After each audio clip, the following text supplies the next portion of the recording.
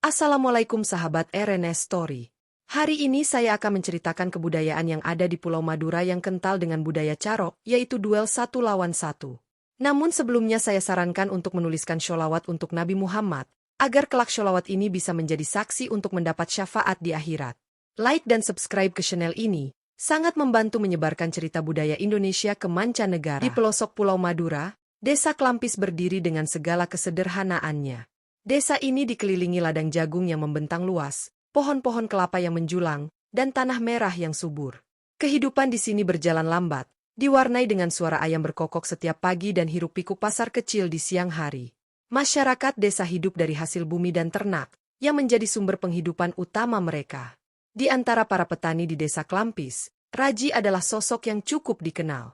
Ia adalah pria paruh baya yang hidup bersama istrinya, Sumi, dan dua anak mereka yang masih kecil, Sari dan Andi. Raji adalah pekerja keras, selalu bangun sebelum matahari terbit untuk menggarap sawah warisan orang tuanya. Sawah itu adalah kebanggaannya, tempat ia menanam padi dan jagung yang menjadi sumber kehidupan keluarganya. Meskipun Raji sederhana, ia dikenal sebagai pria yang menjaga kehormatannya dengan teguh. Di Madura, harga diri atau behmole dianggap lebih berharga daripada harta benda. Prinsip ini melekat kuat dalam budaya Madura, mengatur cara orang berbicara, bersikap, hingga menyelesaikan konflik. Prinsip inilah yang membentuk cara pandang masyarakat terhadap kehidupan, termasuk Raji. Di pagi hari, suasana Desa Klampis selalu penuh kehidupan. Anak-anak berlarian di jalan-jalan tanah, ibu-ibu berkumpul di dekat sumur desa, sementara para lelaki memulai hari dengan bekerja di ladang. Raji sering terlihat tersenyum, menyapa tetangganya dengan ramah. Namun, di balik senyumnya, ada tanggung jawab besar sebagai kepala keluarga yang harus menjaga nama baik keluarga. Hubungan antar warga di Desa Klampis umumnya harmonis. Mereka saling membantu ketika panen tiba atau saat ada acara adat. Namun, seperti desa-desa lain, konflik kecil kadang tak terhindarkan, terutama ketika menyangkut tanah atau harta warisan. Di Madura, tanah bukan hanya sekadar properti, tetapi juga simbol kehormatan keluarga. Perselisihan soal tanah seringkali memanas, bahkan bisa berujung pada carok. Raji selalu berusaha menghindari konflik. Ia percaya bahwa hidup damai jauh lebih berharga daripada perselisihan. Namun, di masyarakat Madura, pria harus menunjukkan keberanian. Jika seseorang dianggap lemah atau takut, kehormatannya akan jatuh, dan ia akan kehilangan rasa hormat dari orang-orang di sekitarnya. Raji paham akan hal ini, tetapi ia berharap tidak pernah harus membuktikan keberanian itu dengan kekerasan. Selain bekerja di ladang, Raji sering menghadiri acara-acara adat di desa. Acara seperti slametan, hitanan, atau pernikahan menjadi momen penting untuk mempererat tali persaudaraan. Di setiap acara, cerita-cerita lama tentang leluhur Madura yang gagah berani sering diceritakan. Raji tumbuh besar dengan cerita-cerita ini, dan ia tahu bahwa di antara nilai-nilai itu, keberanian mempertahankan harga diri adalah yang paling dijunjung tinggi. Sumi, istri Raji, adalah sosok yang sabar dan penuh kasih. Ia mendukung Raji dalam segala hal, mulai dari mengurus anak-anak hingga membantu di ladang saat musim panen. Ia sering mengingatkan Raji untuk tidak cepat marah jika ada konflik.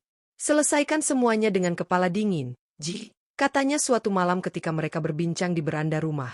Raji hanya tersenyum, meski ia tahu, ada hal-hal yang tidak bisa diselesaikan hanya dengan kata-kata. Namun, di balik kehidupan yang tampak damai itu, sebuah ancaman mulai mengintai. Konflik kecil soal tanah antara Raji dan tetangganya, Wakir, mulai mencuat. Awalnya, hanya berupa perdebatan ringan, tetapi seiring waktu, perdebatan itu berubah menjadi perselisihan serius.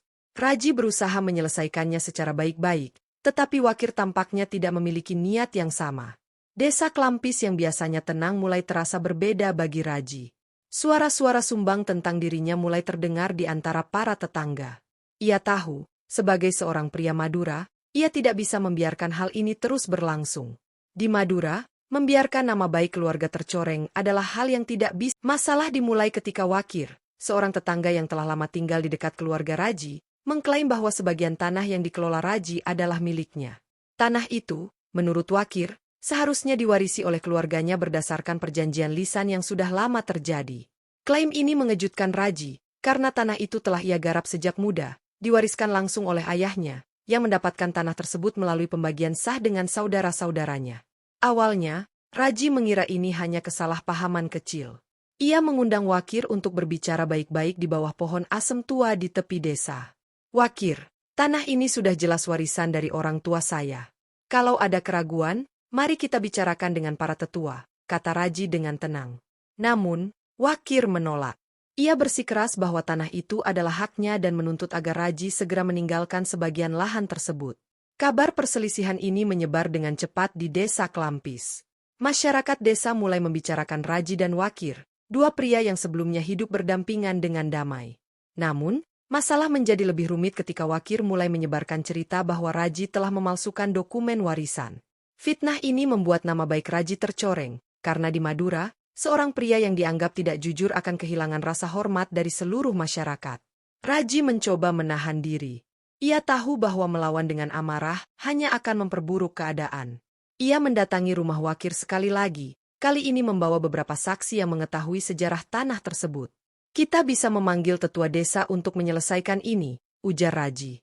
Tapi Wakir justru menolak mentah-mentah dan malah semakin berani menyebarkan cerita buruk tentang Raji. Di pasar desa, Raji mulai merasakan pandangan aneh dari para tetangga. Beberapa orang tidak lagi menyapanya dengan ramah.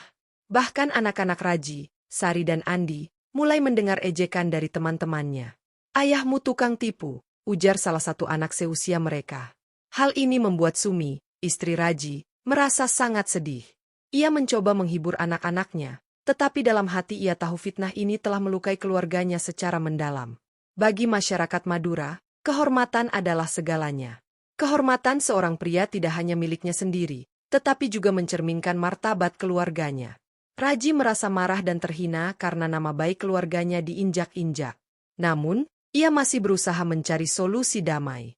Ia memutuskan untuk membawa masalah ini ke balai desa, tempat biasanya perselisihan seperti ini diselesaikan melalui mediasi. Di balai desa, para tetua mendengarkan penjelasan kedua belah pihak.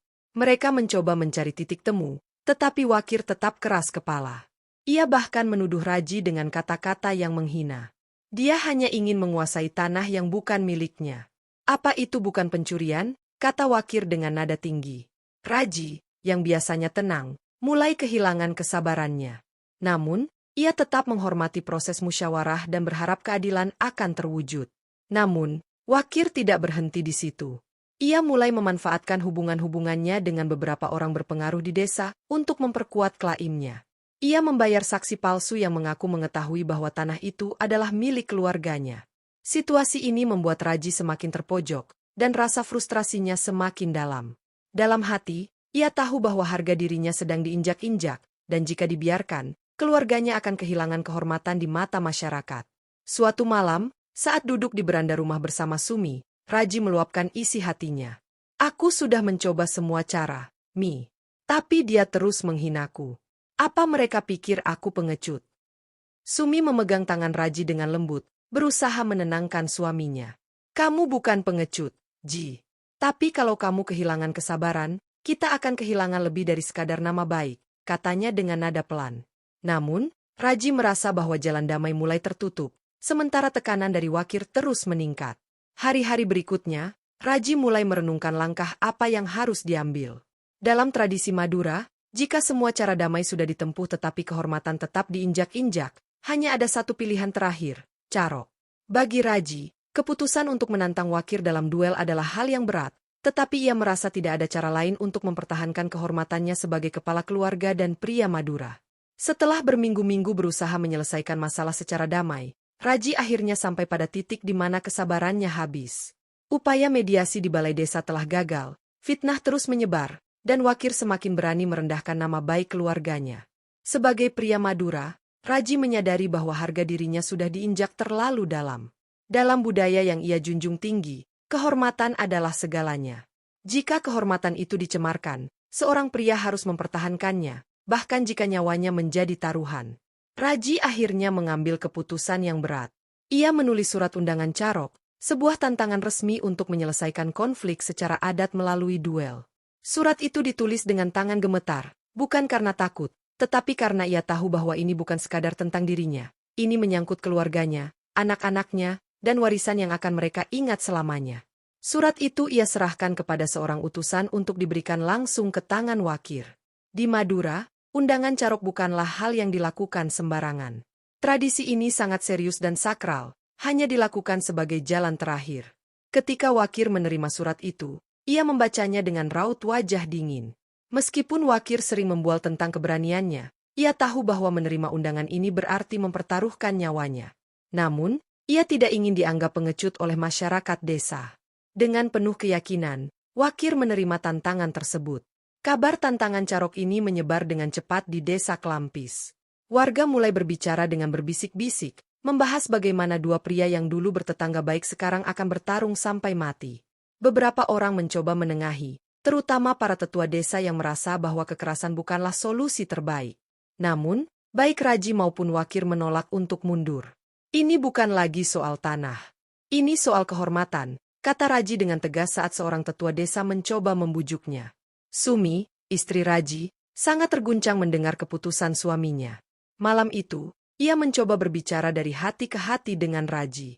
Apa tidak ada cara lain, Ji? Bagaimana dengan anak-anak kita? Mereka butuh ayah, ujarnya dengan air mata mengalir di pipinya. Namun, Raji hanya menggeleng.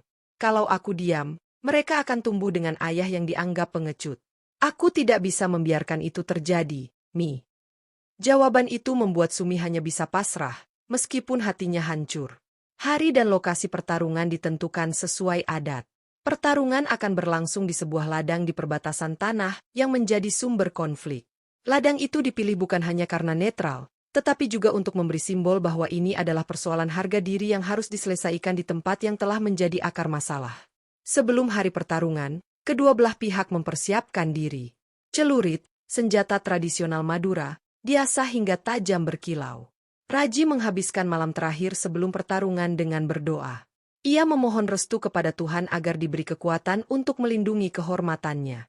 Dalam keheningan malam, ia juga merenung, bertanya-tanya apakah carok ini benar-benar satu-satunya jalan. Namun, setiap kali ia teringat hinaan yang dilemparkan Wakir, ia semakin yakin bahwa ini adalah keputusan yang tepat. Sementara itu, Wakir juga mempersiapkan dirinya.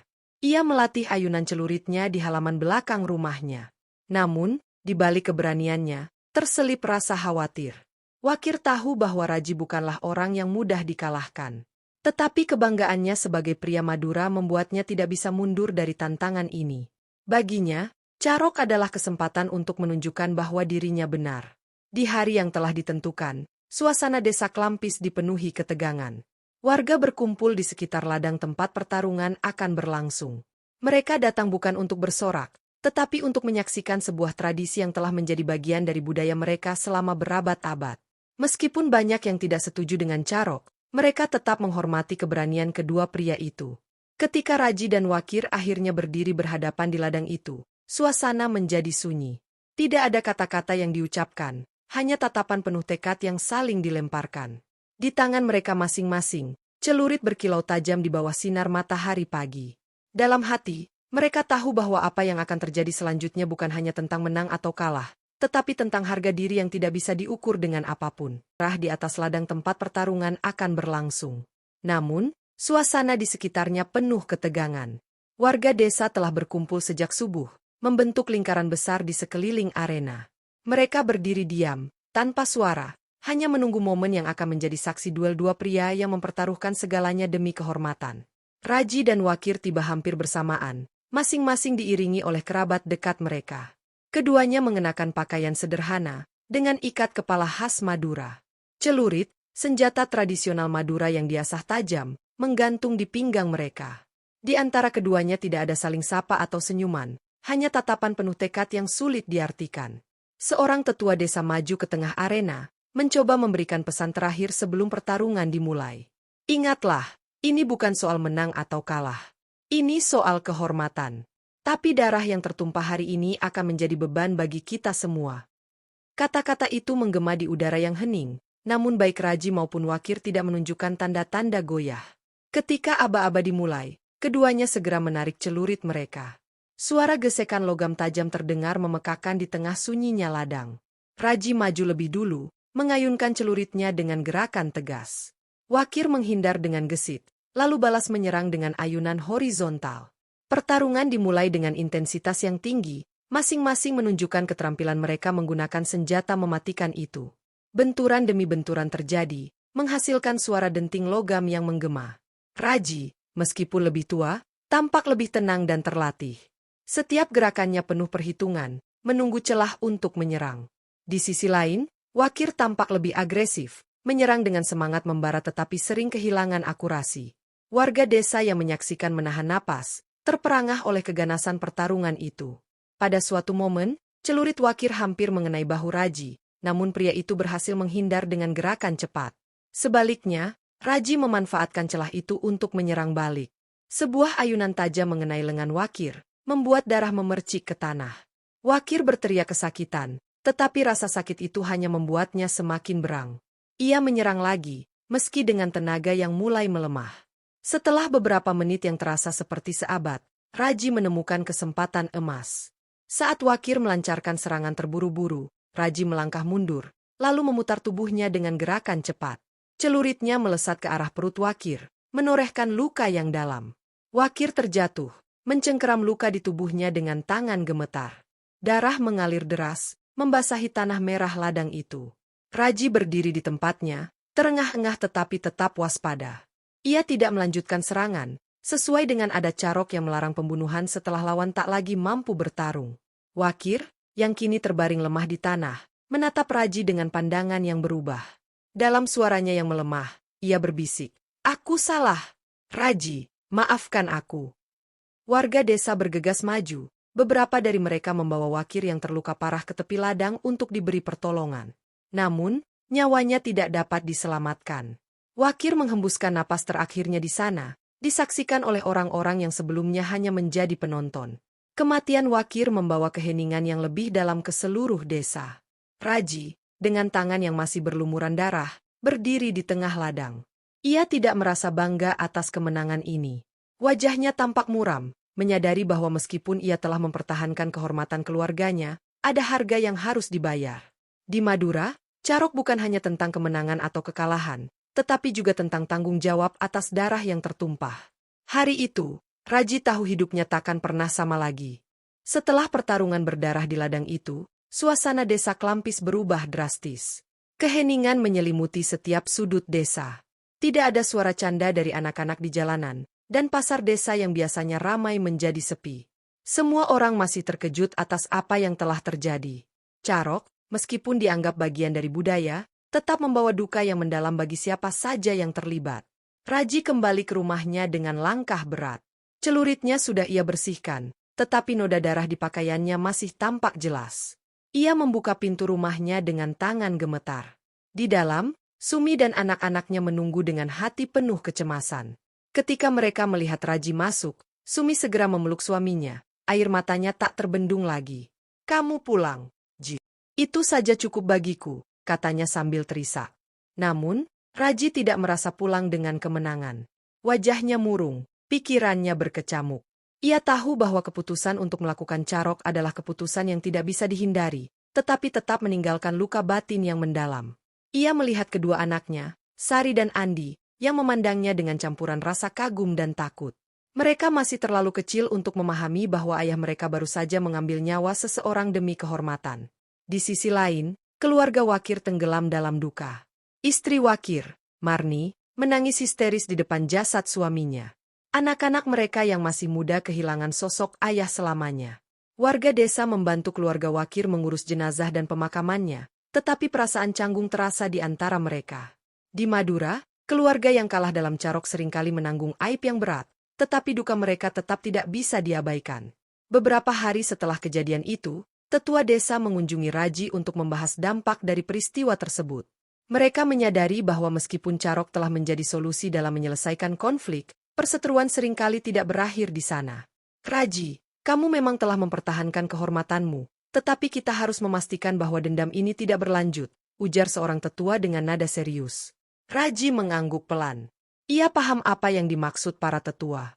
Dalam tradisi Madura, setelah Carok, ada kemungkinan keluarga lawan menuntut balas untuk memulihkan kehormatan mereka. Balas dendam dapat berlangsung bertahun-tahun, menciptakan siklus kekerasan yang sulit dihentikan.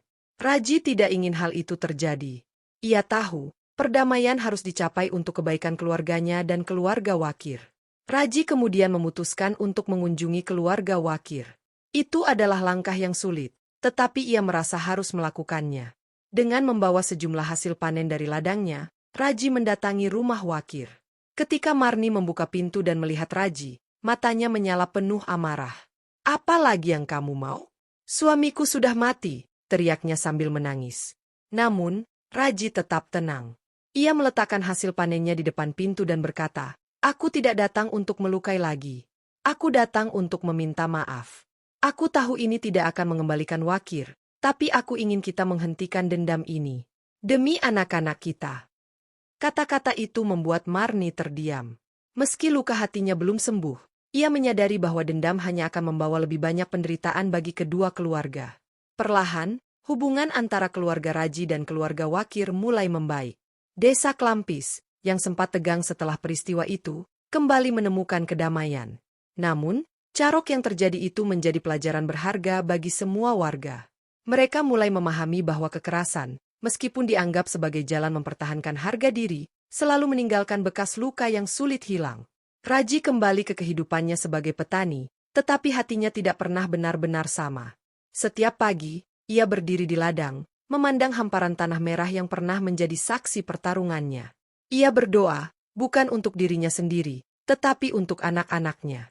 Ia berharap mereka tumbuh di Madura yang lebih damai, di mana harga diri dapat dijaga tanpa harus menumpahkan darah. Di hatinya, Raji tahu bahwa warisan sejati bukanlah tentang kemenangan, tetapi tentang keberanian untuk memilih jalan yang lebih baik. Terima kasih sahabat RNS telah menyimak cerita ini sampai akhir. Saya harap kalian menyukai cerita indah ini. Jangan lupa like dan subscribe. Wallahu a'lam bishawab. Assalamualaikum warahmatullahi wabarakatuh.